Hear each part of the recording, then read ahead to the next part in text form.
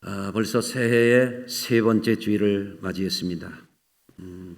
이 즈음에서 새해를 우리가 어떻게 살아야 될 것인지 각자 목표 또 계획, 각오 그리고 새로운 실천을 실행해야 될 그런 때입니다. 왜냐하면 우리 그리스도인들에게는 주님께서 주신 놀라운 미래가 약속되어 있기 때문입니다. 그런데 어떤 이유에서든 소망이 없는 삶을 사는 분들도 있거든요. 우리가 소망이 없는 삶을 살아간다라고 하는 것은 세월을 허송하는 것이고 인생을 잘못 살고 있다라고 하는 그런 증거가 될 것입니다.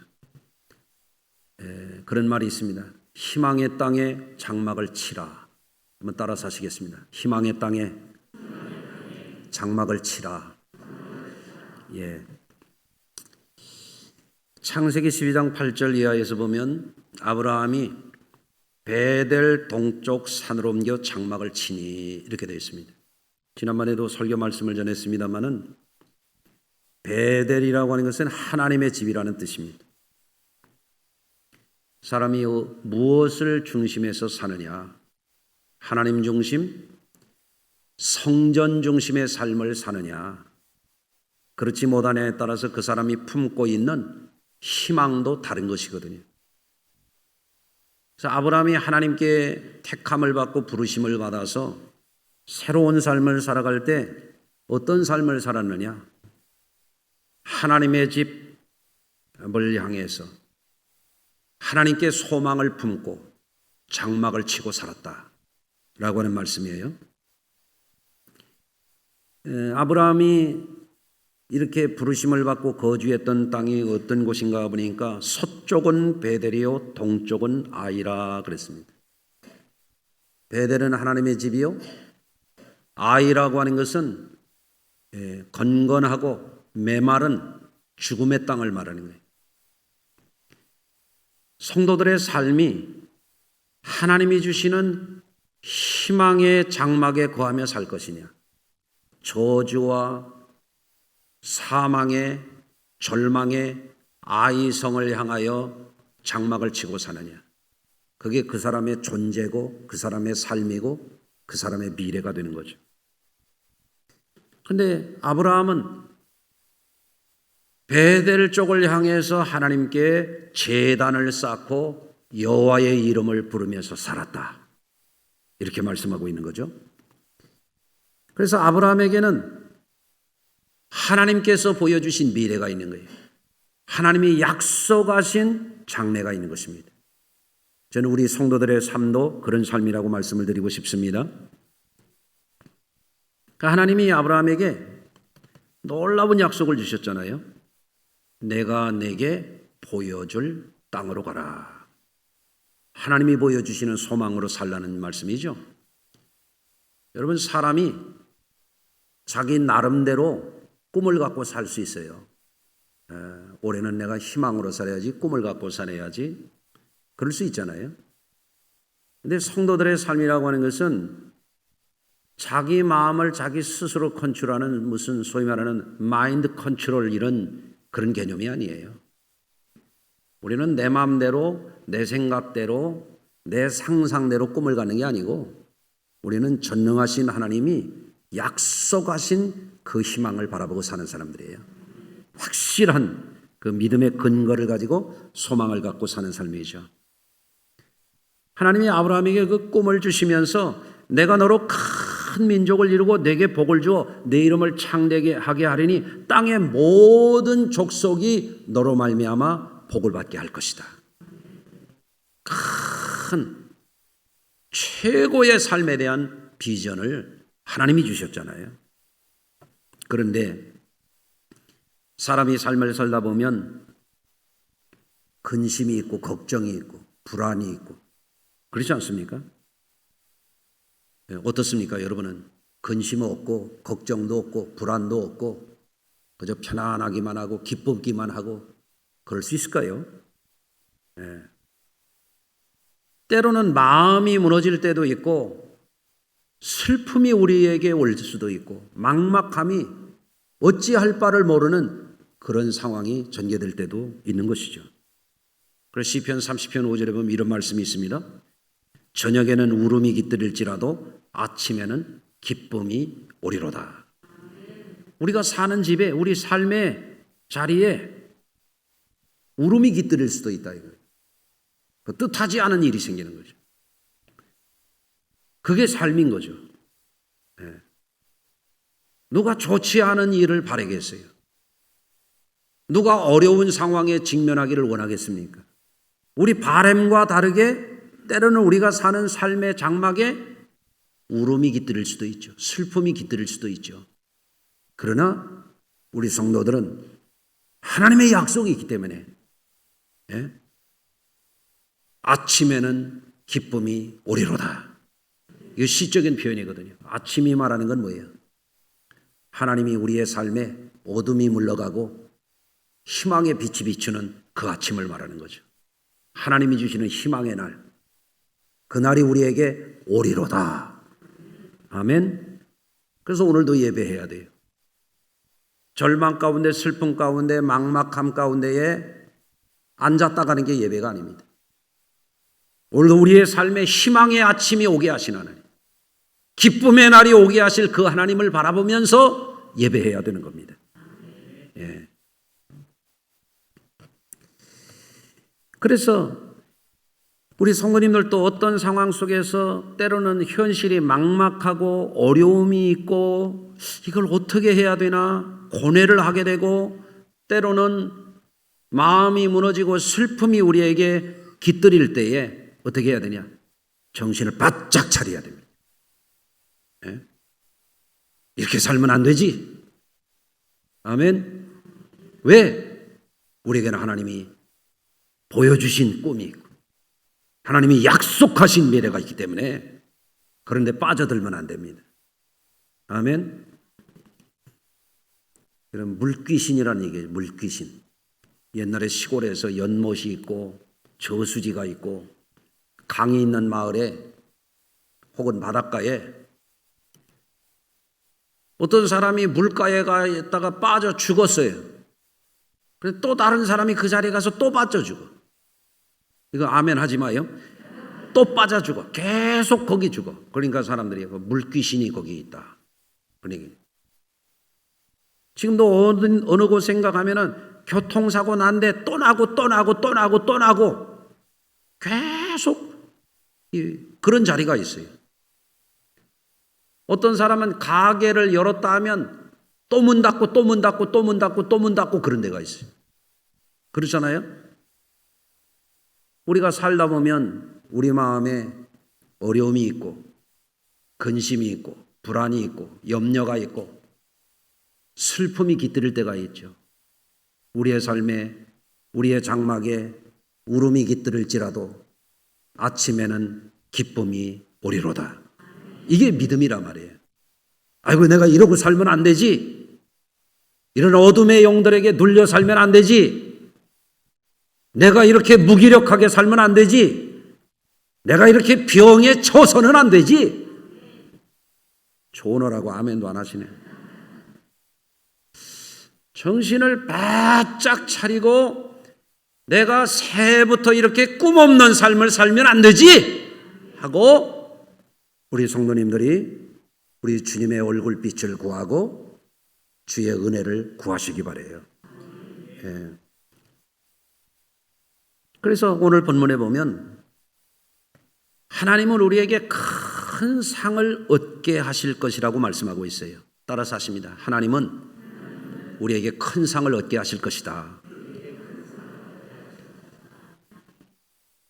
여러분이 생각하는 하나님은 어떤 하나님이세요? 여러분 아셔야 됩니다.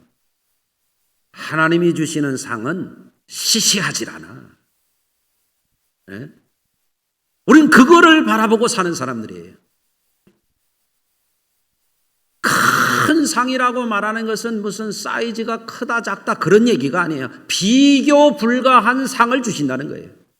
하나님이 우리에게 주시는 것은 세상 것과 비교할 수 없어. 사람이 주는 것과 비교할 수가 없어. 내가 만들어내는 것하고 비교할 수가 없는 상을 하나님이 우리에게 주신다는 거예요. 그거를 바라보고 사는 삶이 신앙인의 삶이에요.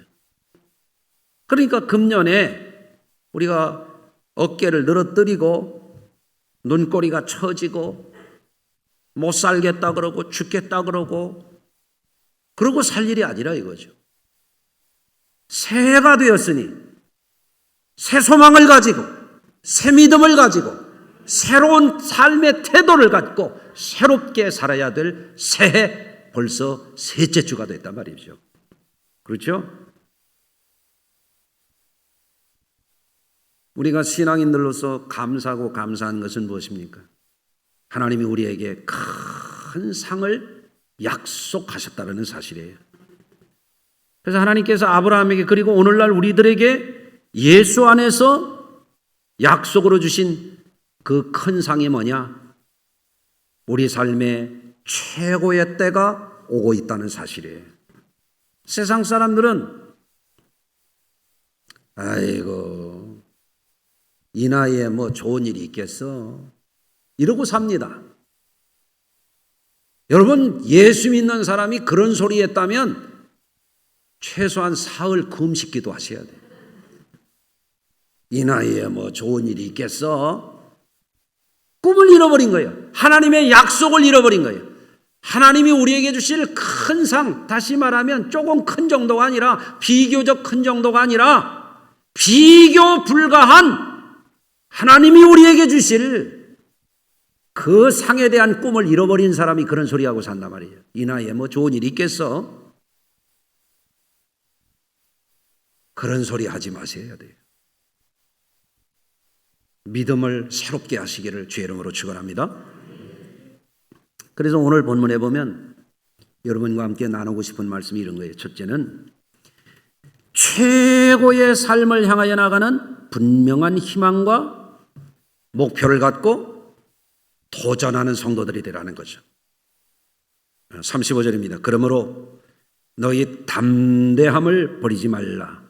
이것이 큰 상을 얻게 하느니라. 그래서 예수 믿는 사람들은요, 아무리 어려워도 힘든 일을 만나도 째째하게 살면 안 돼요. 네. 담대함을 잃지 말라. 이것이 너희로 큰 상을 얻게 하느니라. 내가 이런 거 가지고 질 사람이 아니지. 나는 하나님을 믿는 사람인데. 아멘. 내가 이런 거 가지고 낙심할 사람이 아니지. 나는 하나님의 약속이 있는 사람인데. 담대함을 가지라 말이죠. 담대함. 사무엘상 17장에 가서 보면 다윗이 사울에게 놀라운 말을 합니다. 다윗은 누구냐면 목동입니다.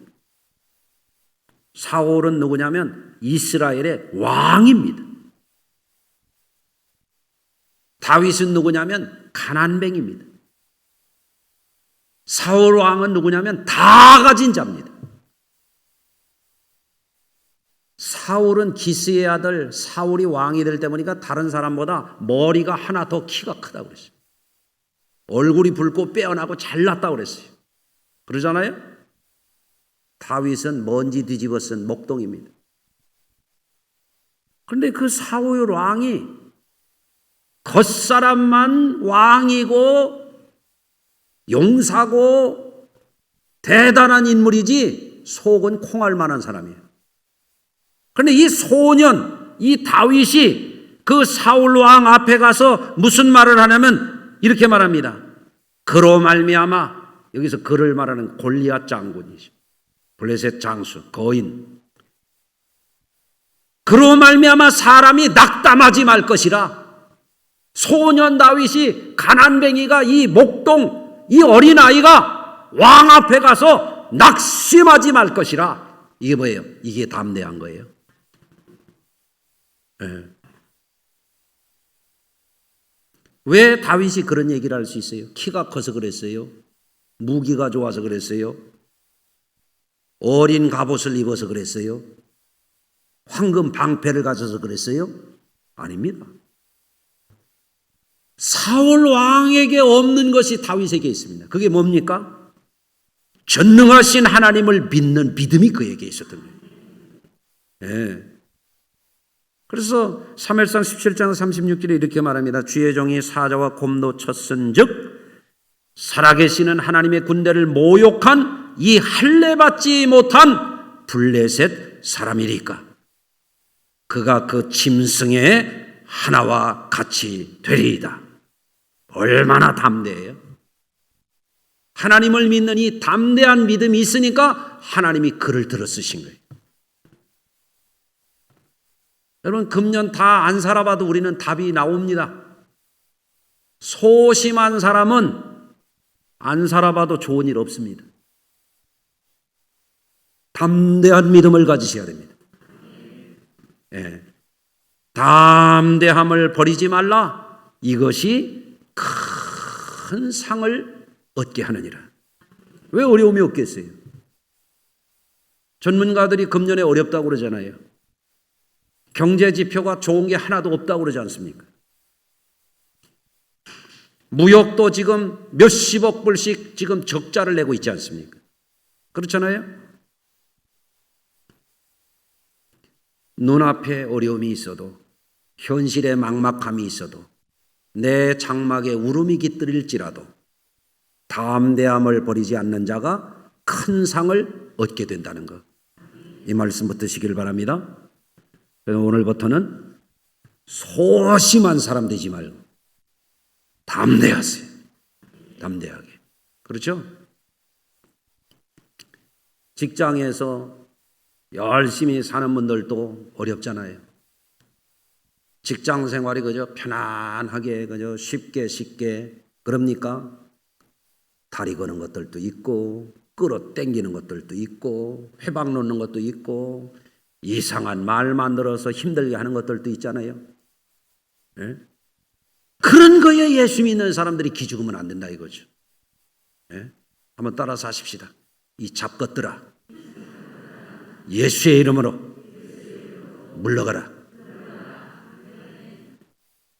그걸 또 출근해가지고 내일 가서 이 잡것들아 또 이러고 싸우지 마시고 속으로 그러시라 이거예요. 믿음으로. 아멘. 예. 두 번째, 오늘 말씀해 보면 최고의 큰 상을 약속하신 그 말씀을 우리가 붙들어야 되겠습니다. 여러분, 성도들이 믿음이 있다고 하지만 믿음이 다 같지는 않아요. 겪어보면 그래요. 자기 안에 하나님의 말씀이 있는 사람과 말씀이 없는 사람이 있어요. 예? 김치만두에 김치가 없는 사람이 있단 말이에요. 고기만두에 고기가 없어. 뭐냐면 개떡이에요. 밀개떡. 그렇잖아요? 믿는 사람 안에는 뭐가 있어야 하냐면 하나님의 약속의 말씀이 있어야 돼요. 말씀. 지금 설교 뭐하러 듣습니까? 하나님 말씀이 내게 있어야지. 이 시간에 하나님이 내게 주시는 그 말씀을 붙들어야지. 그렇잖아요? 네.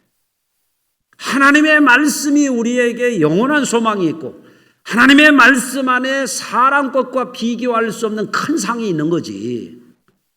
하나님의 말씀이 없는 사람은 늘 넘어지는 거예요. 이래서 넘어지고 저래서 넘어지고 이 사람 탓 저 사람 탓 이 핑계 저 핑계 이래서 저래서. 그러나 하나님의 약속이 있는 사람은 하나님은 약속을 반드시 지키는 신실하신 하나님이거든요. 그 약속의 말씀이 있는 사람은 어떠냐? 인내하는 거죠. 네. 그래서 오늘 36절에 이렇게 말씀합니다. 너희에게 인내가 필요함은 너희가 하나님의 뜻을 행한 후에 약속하신 것을 받기 위함이라. 하나님의 약속이 우리에게 있단 말이죠. 아멘. 요즘 사람들이 약을 많이 먹죠. 눈에 좋다고 뭘 찾아서 또 먹고, 무릎 관절에 좋다고 또 뭘 먹고, 표정을 감추느라고 가만히들 계신데 내가 다 알아요. 피부에 좋다고 또 뭘 먹고, 어떤 사람 또 혈관에 또 뭐가 좋다고 또 챙겨 먹고, 그렇죠? 아주 표정을 더 굳게 하시네 보니까. 괜찮아요. 좋은 거 잘 드시기를 바래요. 그런데 있잖아요, 별약 다 먹어도 이 약을 빼놓으면 안 돼요. 따라서 하시길 바랍니다. 별약 다 먹어도 구약과 신약 먹어야 된다. 이 약은 무슨 약이냐면 영원한 약속이 있는 약이거든. 그러니 이 약속이 없는 사람은 이 나이에 뭐 좋은 거 있겠어? 이러다가 죽을라나 보다. 아이고 내 신세야. 이러고 산다니까요. 아니 그게 무슨 예수 믿는 사람입니까?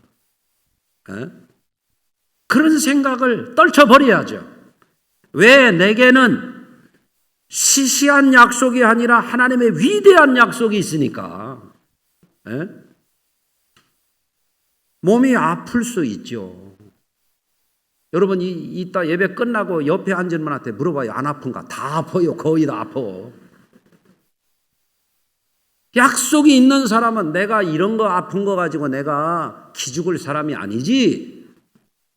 하나님이 나에게 주신 약속이 있는데. 여러분 다 늙어요. 안 늙을 사람 어디 있어요?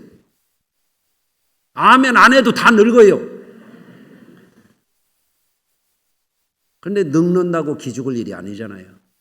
우리에게 하나님의 약속이 있잖아요. 할렐루야. 그런데 여러분들 희망의 미래를 바라보고 나아가는 사람에게 특징이 있는데 뭐냐면 인내가 있는 거예요. 인내. 인내가 없는 사람은 안 살아봐도 좋을 게 아무것도 없어요. 잘 참고 인내해야 좋은 미래가 열리는 것입니다. 여러분 한번 생각해 보세요.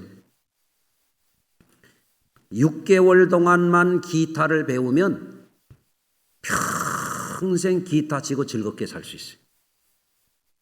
나는 기대가 돼요.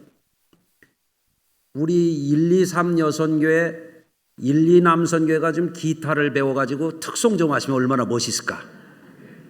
그러잖아요. 몇 달만 하면? 6개월만 하면 6개월만. 그래서 제가 2부 때 박은성 권사한테 지난 크리스마스 2부 때 기타를 치고 특송을 하길래 몇 달 배웠냐고 물어봤더니 이러래요. 이렇게. 몇 달이요 이게? 3달 배웠는데 성탄 2부 때 특송을 했단 말이에요. 6개월만 인내하고 잘 배우면 평생 기타 칠 수 있어요. 예? 어디 경로당에 가가지고 점 10짜리 치고 그런 거 하지 말고 6개월만 기타 배우면 찬양하고 기쁘게 살 수 있다니까요. 따라서 하십시다. 아직도 늦지 않았다. 또 생각해 보세요. 여기 운전을 할 줄 아는 분이 있고 평생 운전을 못하는 분이 있어요. 저는 여러분에게 아주 유익한 정보를 드리겠습니다. 운전 눈 딱 감고 한 달만 배우면요 평생 운전할 수 있습니다. 그 한 달을 인내할 각오도 없고 도전도 없고 안 하기 때문에 신발 낡게 걸어 다니는 거예요. 더 유익한 정보를 하나 더 알려드릴게요. 딱 일주일만 인내하고 배우면요 평생 자전거 타고 다닐 수 있어요. 운전 못하는 분 아유 창피해 손도 들지 말아요. 자전거 못하는 분 창피해 손도 들지 말아요. 그 일주일 한 달을 못 해가지고 평생 걸어 다니는 거예요. 뭐 걷는 것도 좋긴 합니다만은 그렇지 않습니까? 목표가 있고 좋은 미래가 약속이 있으면 우리는 인내해야 된다, 그런 말입니다. 인내의 결과는 굉장히 유익한 것입니다. 할렐루야.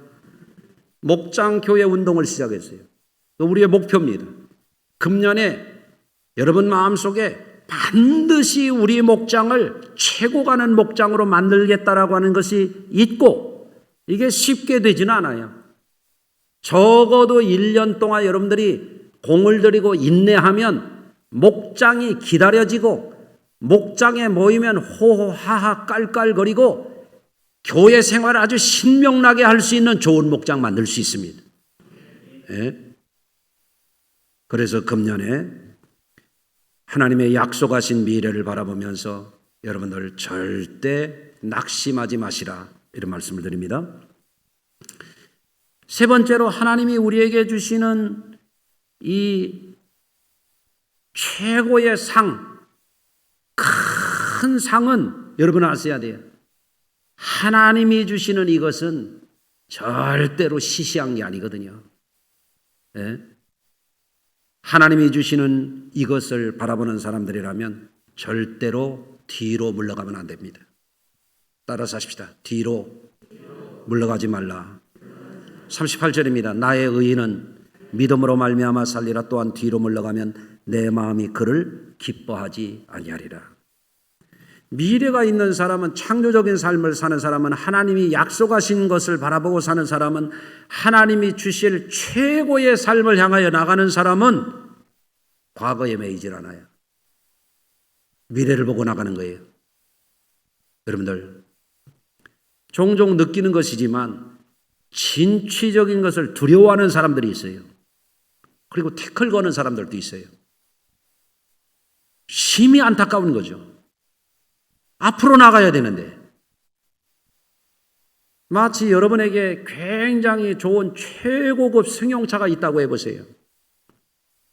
창고에 불 꺼진 창고에 그거를 가둬버리고 깜깜하게 놔두면 어떻게 되겠어요? 먼지만 뒤집어 쓰고 쓸모없는 무용지물이 돼버리는 거죠. 그렇지 않습니까? 그런데 차고의 문을 활짝 열고 시동을 켜고 앞으로 왱 하고 나갈 때 그 진가가 나오는 거잖아요.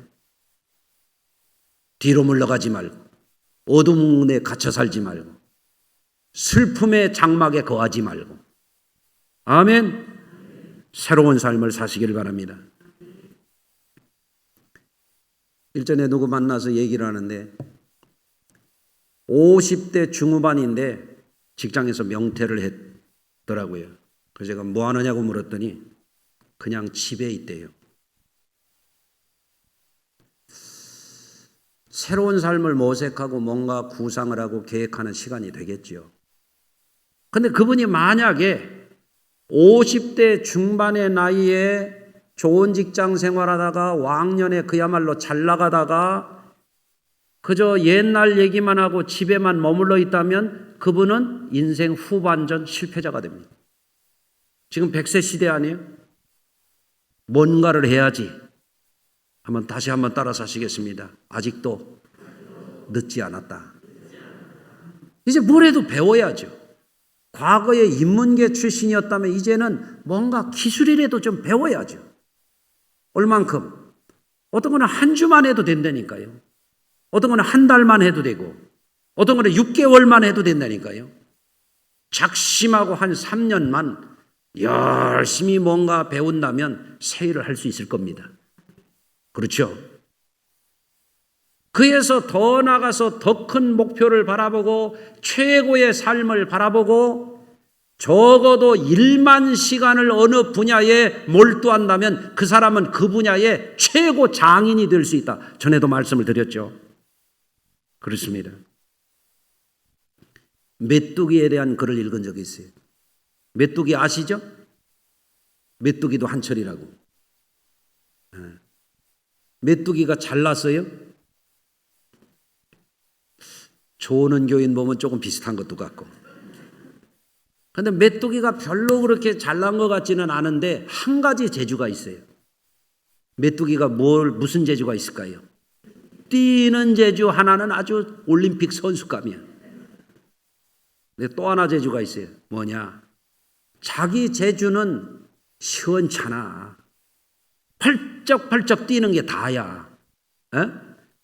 그런데 메뚜기는 뭐냐? 바람을 탈 줄 아는 재주가 있어요. 그래서 메뚜기에 대한 자료를 제가 찾아봤어요. 에? 메뚜기에 대한 자료를 찾아봤더니 메뚜기가 제자리에서 뛰는 재주가 있는데 바람을 타는 재주가 거기에 덧붙여지니까 하루에 150km까지 날아갈 수 있대요. 훌륭하지 않습니까? 예? 뭐 하면? 바람이 부는 때를 탈 줄 알면. 초대교회 성도들이 어떤 사람들이었습니까? 두려워 벌벌 떠는 사람들이었습니다. 초대교회에 예수 믿는다는 사람들이 처음에 어떤 사람들이었습니까? 간이 콩알 만한 사람들이 숨어 지냈습니다. 그런데 그들이 마가의 다락방에 모여서 너희는 예루살렘을 떠나지 말고 내게서 들은 아버지의 약속하신 것을 기다리라. 그들이 모여서 기도하다가 성령 받고 성령의 급하고 강한 바람 같은 성령을 받고 난 다음에 사람들이 달라졌습니다. 메뚜기 같았던 사람들이 성령의 바람을 타니까 복음 들고 나가가지고 감옥에 가둬도 순교를 당해도 두려워하지 아니하고 하나님 나라의 일꾼이 되어서 전 세계에 복음을 퍼치는데 크게 쓰임을 받지 않았습니까? 여러분 가운데 그런 생각을 하는 분들이 있을 수 있어요. 나는 재주가 부족하지. 나는 배움도 짧지. 나는 태어나기를 안 좋은 집안에 태어났지. 이럴 수 있어요. 메뚜기가 무슨 좋은 대학 나왔습니까? 뛰는 재주밖에 없어. 그러나 바람을 탈 줄 아니까 150km를 날아가네. 하루에. 여러분, 하루에. 교회 15km도 못 나와가지고 빌빌대는 사람도 있는데. 참 메뚜기 멋있어요. 수요 예배도 못 나오는데 메뚜기만 또 못해서 되겠나 이게. 그러잖아요. 메뚜기 너무 멋있어. 할렐루야. 예. 네 번째, 실패와 낭심과 멸망에 빠지게 하는 어둠의 세력들, 이 악한 영들이 금년에도 우리를 슬픔에 가두고 절망에 가두고 과거에 사로잡히게 하고 내가 왕년에 소를 잡았다는 둥. 왕년에 소 잡으면 뭐예요? 파리 한 마리도 못 잡는데. 에? 미래가 중요하지. 미래가. 그렇죠? 그래서 39절에 이렇게 말씀합니다. 우리는 뒤로 물러가 멸망할 자가 아니요 오직 영혼을 구원함에 이르는 믿음을 가진 자니라. 예?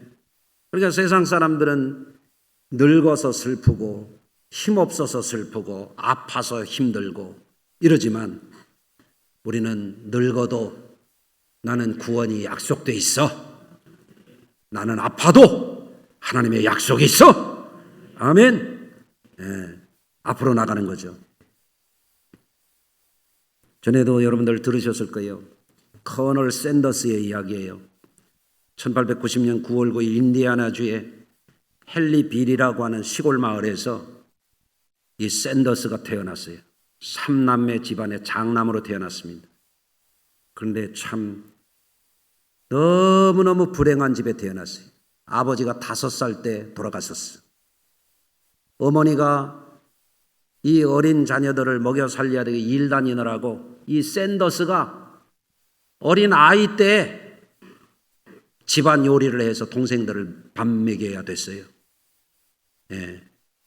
그리고 어머니가 살다 너무 힘들어서 재혼을 했는데 새로 맞이한 남편이 가정폭력이 심해서 결국은 견디다 말고 도망갔어요. 중학교 1학년 때 학교를 중퇴했습니다.